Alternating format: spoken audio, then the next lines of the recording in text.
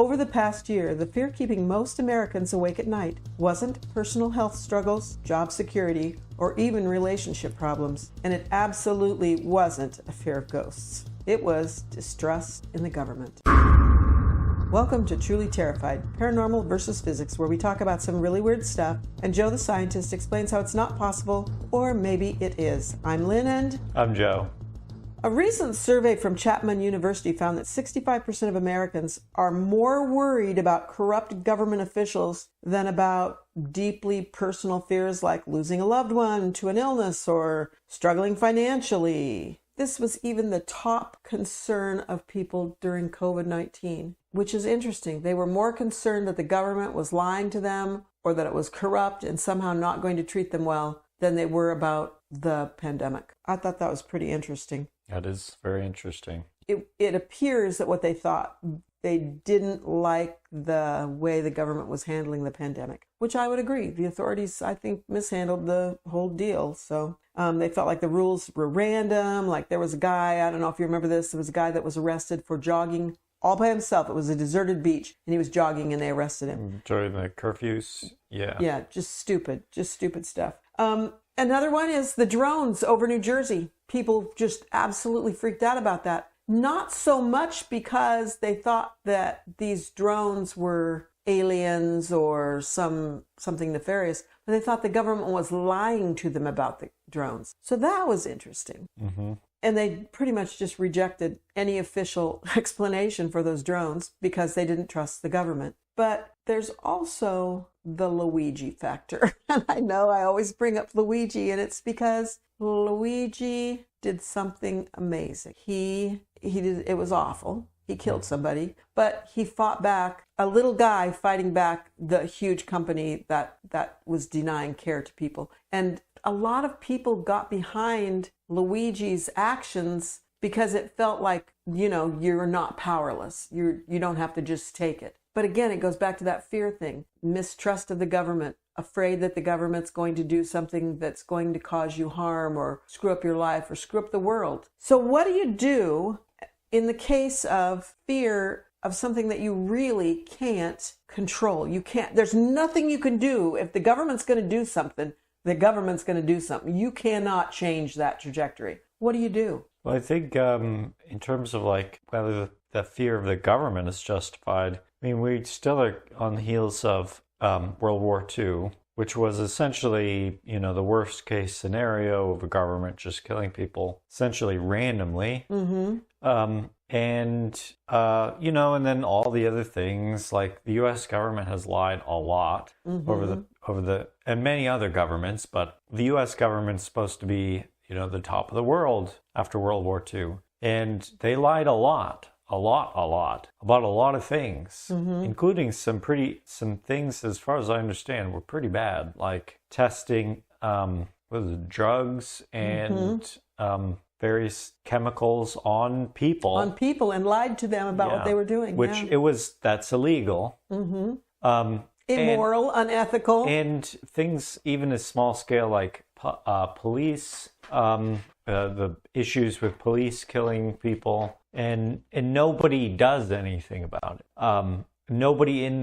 It's like, okay, there's somebody in the government who could do something about it and it would be effective. And those people are not doing anything mm-hmm. about it. Plenty of regular people are doing stuff about it, but they can't be effective. The person in the government, whoever that person is for each case, who could do something and it would actually work, they're not doing it. Right. So why wouldn't they? It's a clear issue, and it affects a lot of people. It may even affect people in government, and yet they don't do it. Well, would you trust somebody then who... No, I think I think having mistrust of the government is perfectly valid, and I think being afraid of what might be going on that you cannot control or you're not even aware of, I think that's called for. But I think that the thing about fear is that you probably experience fear as a protection mechanism, and it's valid. The problem is that when it gets out of hand.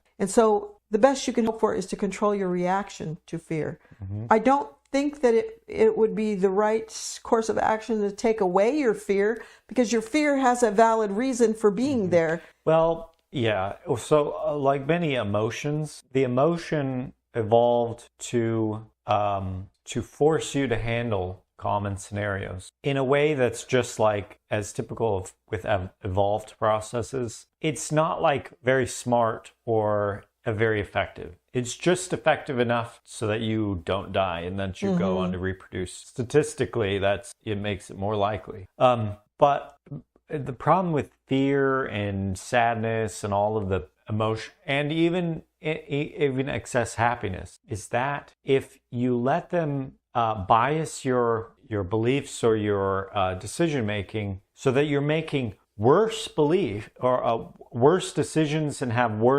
less reality bound beliefs than you would otherwise, then it's not helping you. So like, let's say you are afraid of something, you're afraid a dog is going to attack you. As in our town, that's a common issue. Go for a walk, you have to worry about that.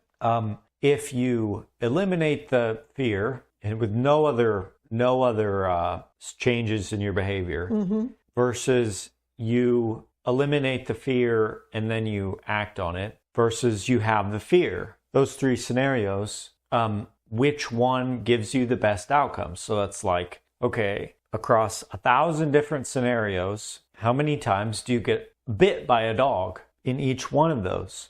In that particular case, the fear of getting bit by a dog, you probably would not get bit or chased or anything in any one of those cases. So the fear is probably not actually useful at all. There are situations like fear of lead pipes, let's say. You across 1,000 different scenarios of you going and living in a new house and you're really afraid of lead pipes. Let's say 20 of them have lead pipes and you develop issues from it.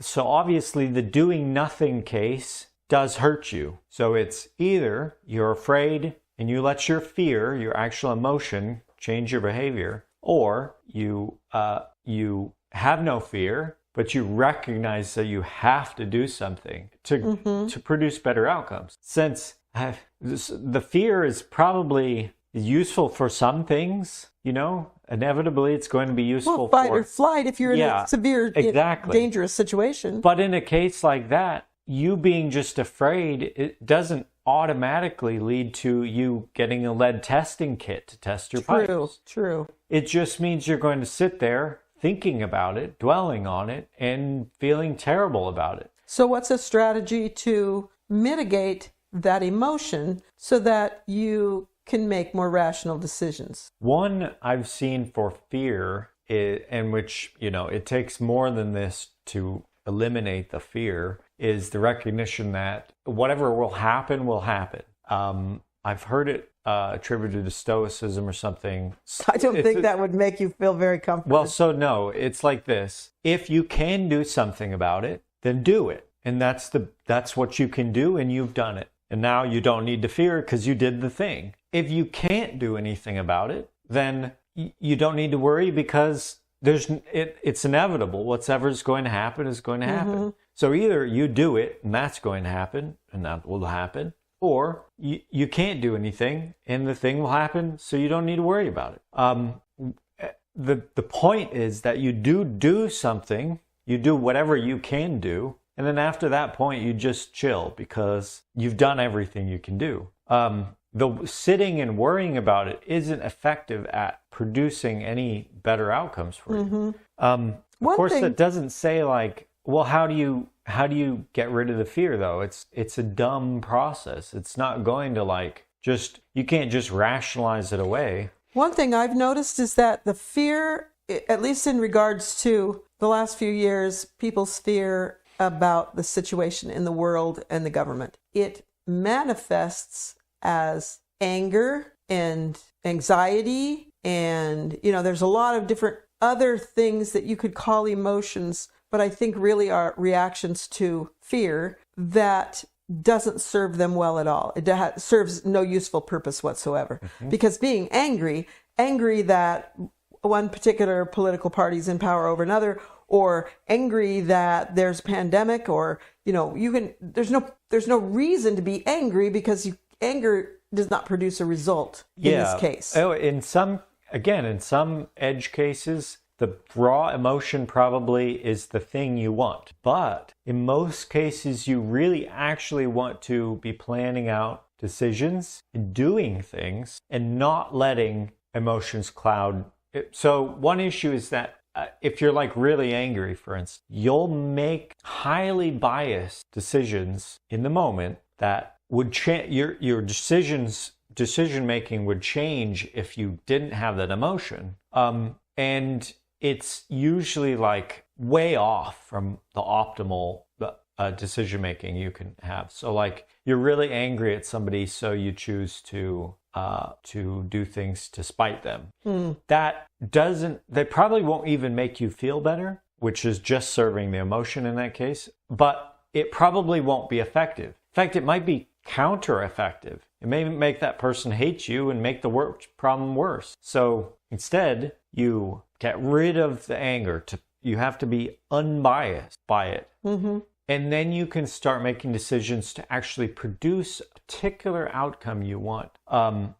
Sadness is probably the worst of the emotions, primary emotions you can feel. Why is that? Because it typically lends itself to hopelessness. Hope is like more or less literally you being able to see a path to goals. Mm-hmm. So like, you're a prisoner trapped in the dungeon. You're hopeful if you can see a path to getting out, And so like sadness and grief and whatever leading to, it's just all terrible. There's no hope, whatever. Well, that means you see no paths to anything. You can't do anything. Mm-hmm. You sit there and feel it and do nothing. That's a terrible way to live because it feels bad and it's producing by its very nature no outcome. Mm-hmm. Or no intentional outcome. Right. So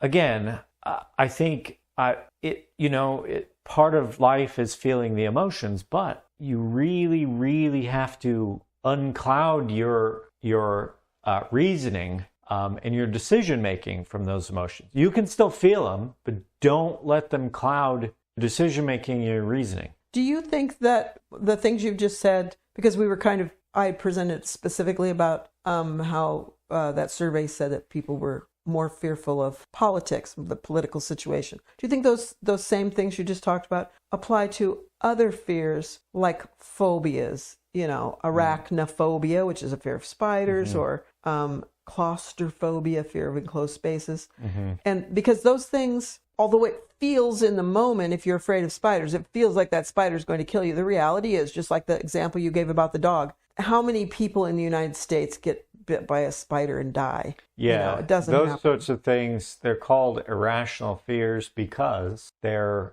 not rational. There's no, you're highly biased to something that's extremely unlikely. And they're an excellent example of an emotion controlling you, not making your life better, not making your life richer. Just, you could eliminate it from existence entirely, the phobias in general, and life would be better. Everyone would prefer it. You need what I would call advanced techniques to handle things like phobias. Like some people have had success with exposure therapy. From what I've heard, the beta blockers before sleep, so that you during dreaming memory consolidation can gradually erode away the phobia. Yep. That people have had success with that. In general, handling emotions, advanced techniques are more useful than just dead reckoning. And it's easy to test them. Just try them out, try techniques out, and then see if you are still clouded by the emotions. Do you think that seeing a therapist, if somebody was really suffering from fears, would seeing a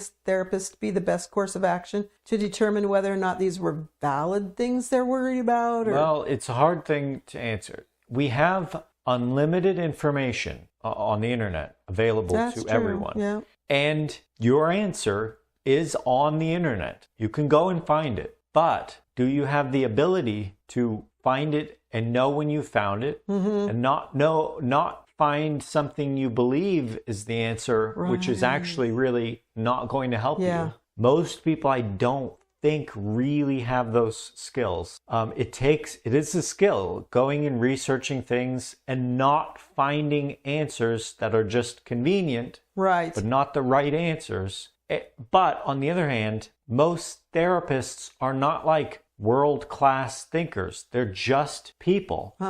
And they have what amounts to, I don't want to make too broad of generalization, but they amount to a script that they've learned. And that's fine. That's very useful. You don't want therapists going off, cowboy therapists, thinking they can fix people doing weird stuff like, Sigmund Freud and all that. You want them sticking to a script, more or less, until they've done like their own research and come to conclusions, and they're really actively seeking something. But again, most therapists are not that. So they'll give you answers that are normative, so that on average they'll help people. But they are not they're not cutting edge, or not like cutting edge in the sense that here's something few people know about.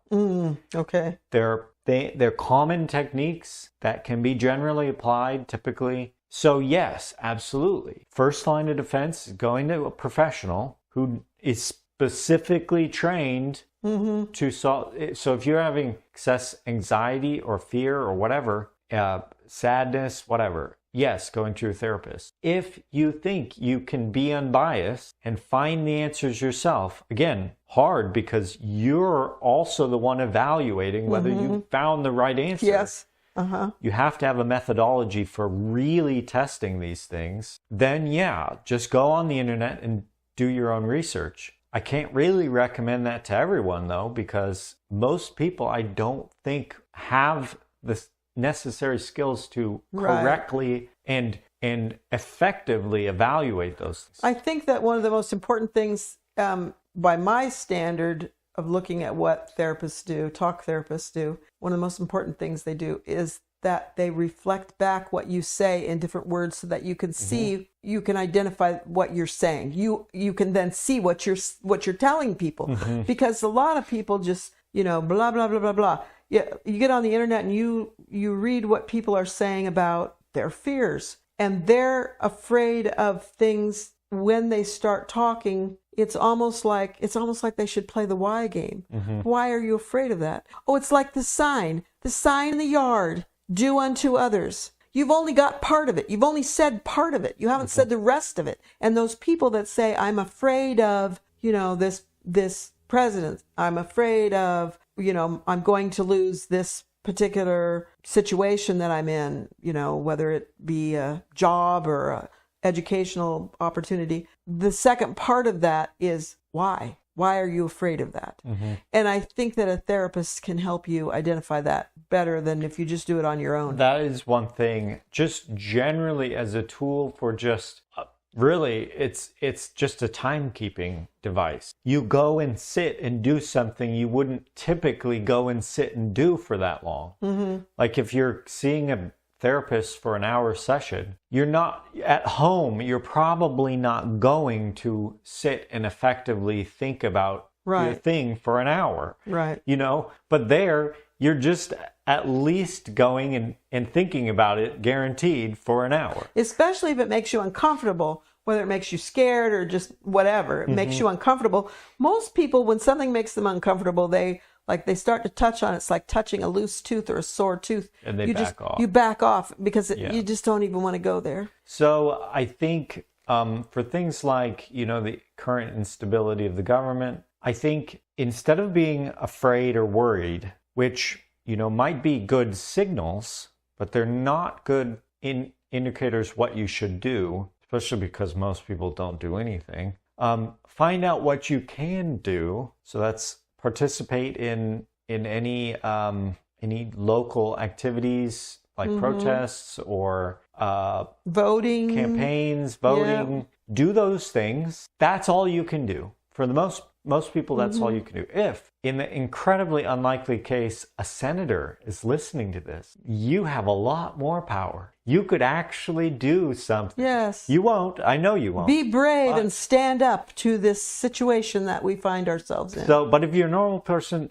do what you can do and then forget about it. If it gets really bad and you need to do something like leave the country, focus on that, do that, and then forget about it. You can't just sit there and worry away unless that worry is actually driving you to do something effective. Yes. I think that when we had our meeting a couple weeks ago, we get together with a group of people every few weeks and we sit down and we just talk about all kinds of things. And during this meeting, somebody brought up that, I don't know even how it came up, but Sonia, who's one of the members of our group, she said, I'd love to do something. Tell me what I can do. Mm-hmm. And I think that that's a sentiment that a lot of people feel, and probably is why they were thrilled when Luigi fought back, even though everyone agrees murder is wrong. But to not, when you just have to take it and take it and take it and you don't know what you can do. But your recommendation, your advice is really good in that, yeah, find something you can do, whether that thing is to participate in the political process, or... And maybe there's nothing you can do that you think will be effective. There's nothing you can do to better your situation. In that case, just live your life. It's not worth it to just burn yourself up doing nothing. Right. Do something or don't worry about it. I mean, that's the, like going back, that's it's the hard, stoic it's easier said part. than done. There are other techniques for managing your emotions if that's the issue. The general thing, though, in terms of like instability of the government is do something or don't do something that, those are your choices. Okay, so I just would not be me without saying, if what you're afraid of, however, is a ghost. Now, you still might be able to do something. Like, for instance, set up an experiment to determine if you can reliably get information about ghosts. And I would like For instance, put cameras around your house. If you think there are ghosts, you'll see evidence of ghosts. I would like to point out that there is no case ever that it has been proven that a ghost killed somebody. There have been people who've died of heart attacks from fear, but ghosts do not kill people. So if you are afraid of a ghost, it is not going to kill you. If you are afraid of Luigi, depending upon how crappy a person you are, you might be doomed. The people who are afraid of him are already doing things. They're very actively doing things. Yes, that's true. And perhaps they shouldn't. Truly Terrified is a Salt of the Earth production. Our contact information is in the show notes. Please share, subscribe, and leave a review wherever you get your podcasts. Thanks for listening, and never be so terrified you can't run.